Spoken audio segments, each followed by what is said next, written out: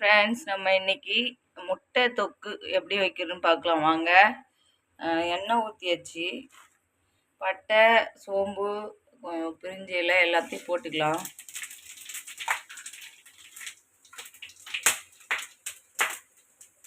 சின்ன வெங்காயம் அரிஞ்சு வச்சுருக்கேன். சின்ன வெங்காயமும் கொஞ்சம் பெரிய வெங்காயமாக அரிஞ்சு வச்சுருக்கேன், போட்டுக்கலாம். போட்டுட்டு எல்லாம் கிண்டி விட்டு 2 பச்சை மிளகா போட்டுக்கலாம்.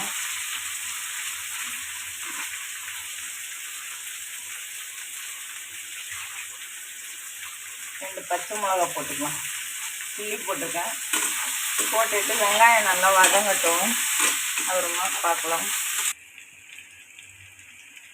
இஞ்சி பூண்டு பேஸ்ட்டு போட்டுக்கலாம். கொஞ்சமாக போட்டுக்கலாம். ஒரு ஸ்பூன் போட்டுக்கலாம், போதும். நல்லா இஞ்சி பூண்டு பேஸ்ட்டு வாசனை போகிற அளவுக்கு நல்லா வதக்கிக்கலாம். நல்லா வதங்கட்டும். இஞ்சி பூண்டு பேஸ்ட்டு நல்லா வதங்க பார்த்து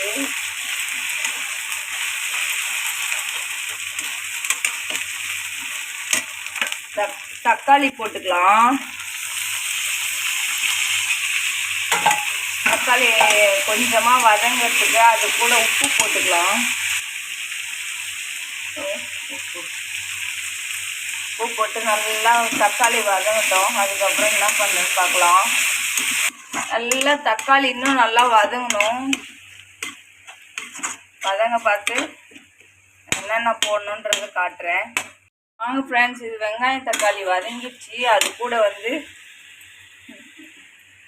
மிளகாத்தூள், சோம்புத்தூள், ஜீரகத்தூள், கரம் மசாலா, மட்டன் மசாலா, இதெல்லாம் எல்லாத்தையும் ஒன்றா போட்டுக்கலாம். போட்டு கிண்டிட்டு அது கூட தண்ணி ஊற்றிக்கலாம்.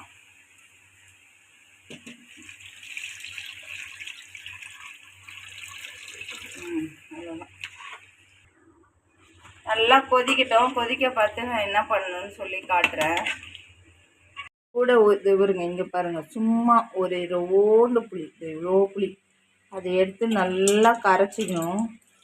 கரைச்சிக்கிட்டு எதுக்காகனா கொஞ்சம் டேஸ்ட்டு கொடுக்கும். ரொம்ப புளி வைக்கக்கூடாது, ரொம்ப கம்மியாகவும் இருக்கக்கூடாது.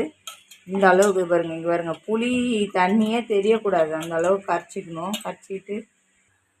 கரைச்சிக்கிட்டு அந்த புளி தண்ணியாக அந்த முட்டை குருமாவில் முட்டை கிரேவியில் ஊற்றிடணும். ஊற்றி நல்லா கொதிக்கட்டும். அதுக்கப்புறம் பார்க்கலாம். நம்ம இந்த புளி ஊற்றினோம்ல, அந்த புளி தாங்க அதில் ஹைலைட்டு. சூப்பராக இருக்குங்க. இப்போ குழம்பு கொதிச்சிச்சு. இதில் நம்ம எக்கு போட்டுக்கலாம்.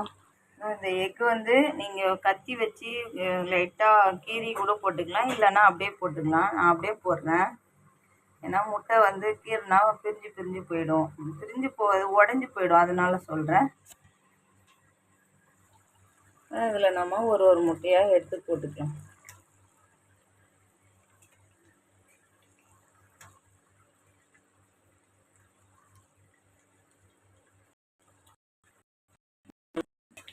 கொஞ்ச நேரம் அதிலே கொதிக்கட்டும். கொதிச்சு பார்த்தா பண்ணிடலாம்.